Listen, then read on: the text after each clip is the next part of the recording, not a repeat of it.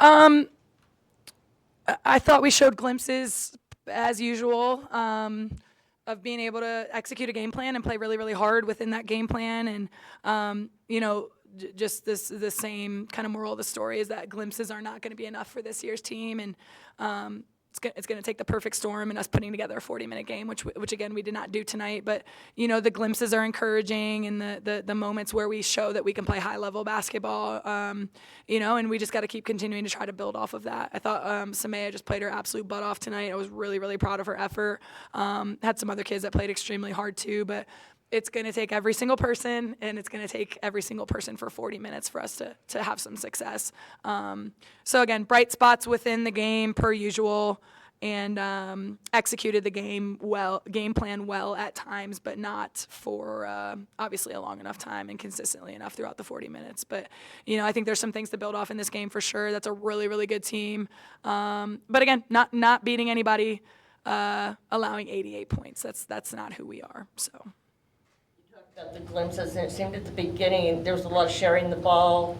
Cam had 3 assists early, and then it seemed like it started to be one-on-one more. Mm-hmm. Is that where you saw the kind of breakdown? Yeah, it's just like when you go away from what's working, that's generally not a good thing. That's not high IQ basketball, and when something's working, you generally want to stick to that. But we did become more one-on-one, and this was probably the team that was the most physical with us in the Big 12. And we knew that going in. They play extremely hard. They got up in us. They were physical with us. We did not handle it well. This is a big, strong league. And even if we're not big and strong, we need to act like we're big and strong. And I don't think we handled their physicality well at all. Foul issues, though, seem to have fixed themselves this game more than, it kind of did it at ASU too. Mm-hmm. But, nobody got into foul trouble. Everybody seemed to, play defense the way defense should be played. Yeah.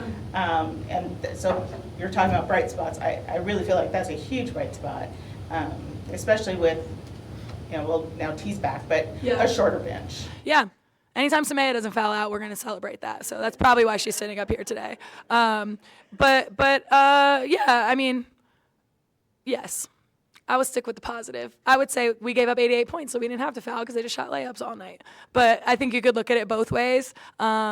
We did a good job at times being more disciplined, not fouling, and then at times we just got beat off the bounce one-on-one and didn't even have the ability to foul. Like I said, it was just too inconsistent of a game for 40 minutes. Addie, except for the one moving screen, she seemed to have a positive impact. What did you see from her? Yeah, athleticism. She finished well today. She rolled to the basket hard. She set great screens except for the one, which I'll have to go back and watch it. I don't think that was her normal moving screen call. I think she's really made a conscious effort to be coachable from that standpoint. But, Addie just brings that balance, that athleticism. She brings that competitiveness. And, again, consistency. I don't know what I'm getting out of her yet when I put her in, so I just go with how she's flowing. And I thought she did a good job today. You had game high 25, 5 of 7 from deep. Just what was working? What were you seeing, as those were going in? They just kept going under stuff, so I just kept shooting it. But, yeah, I just trying to take what they give me and staying aggressive throughout the whole game. Yeah. For you, kind of piggybacking off of that, we've seen Lonnie's number of shots go up, and her assists come down a little bit, but it feels like kind of the backcourt, Sumayah is the more effective guard right now. Are there ways, or are those conversations that you guys are having or looking to kind of get her back into more of like a facilitating the offense and letting Sumayah score?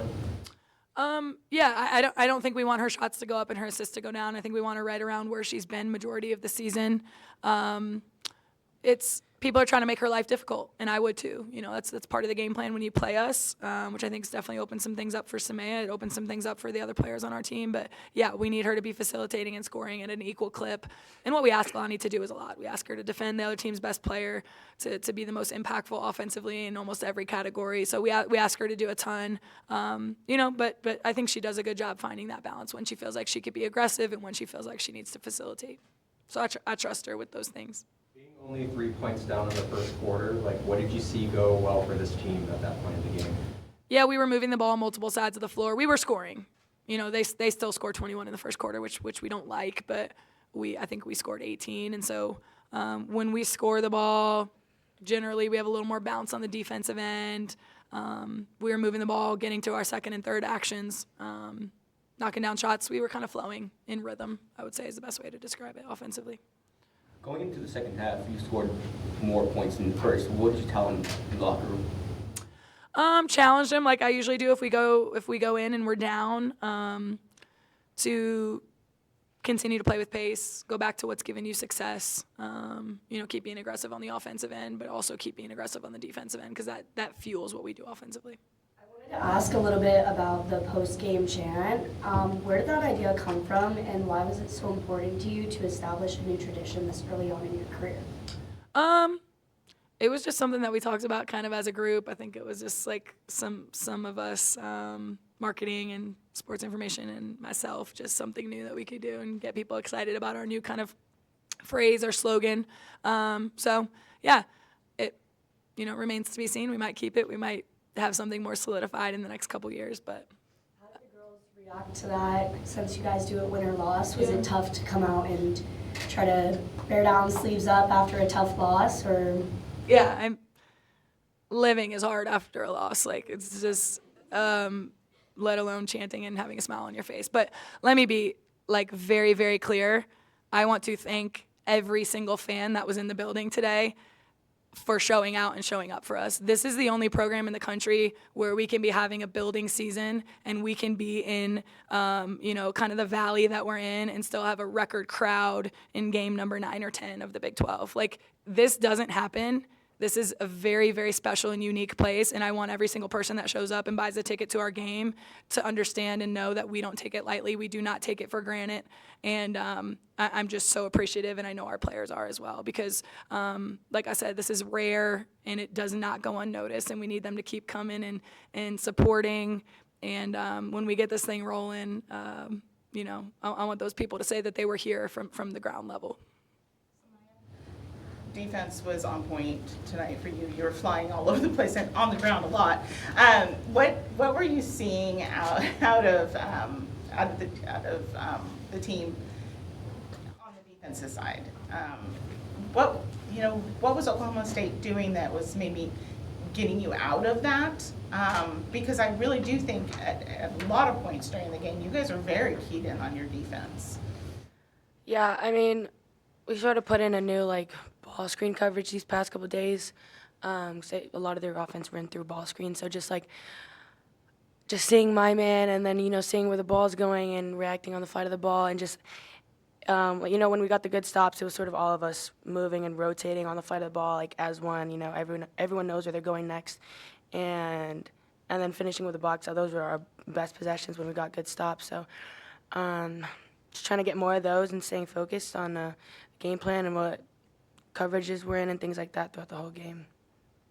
We didn't see T in the second half. Was that a injury-related thing or just personnel matchup decision? No, just personnel decisions that I'm making. At this point, choosing to play people based on certain things, and that's where I'm at. Sorry. I know it's not easy to answer these questions after a loss, but we're doing a feature on Michelle, and it looks like you almost get 2 for 1 with her with the GM side, but also she's kind of helpful during the timeouts. What has she brought this year in her first full year as a GM? Oh, yeah. She's one of the most decorated players to ever play this game. To not have her in those timeouts and being in my ear a little bit, or not have her down at practice and telling me what she sees would be silly. So yes, best of both worlds I think would be the best way to describe it. Having her savvy business mind and maturity in that aspect with rev share and NIL and all these things that we deal with on the other side of things, but then also to have her basketball mind. I mean, she's a 2-time SEC champ and a national champion and a pro and best high school player in the country. There's a lot of positives to having her out there, and she doesn't overstep. She's found that really beautiful balance. She knows she's not at practice every single day for the whole time. She knows she's not in every prep meeting, but just gives me that authentic feedback, what she sees and what her thoughts are, and then I take it or leave it, just like I do with every other thought from my assistants. Is there going to be anything specific in this film session that's going to stand out preparing for Kansas State? I know nothing about Kansas State yet, but there's a lot for us to take about us in this game that needs to be improved regardless of our opponent. So yeah, we're gonna go back and dive through this thing, because in every game, that's what's so frustrating, is that there's so many bright spots in every game we play. But the consistency is not there yet for us to be able to put it all together and have that perfect storm of being able to execute for 40 minutes. So there's been a tremendous amount of bright spots, and then there's also a pretty decent number of not so bright spots, which is usually what bites us in the butt. That run in the third quarter, or that lapse on the offensive end of the floor. So plenty of each to pick through and dive into after each game.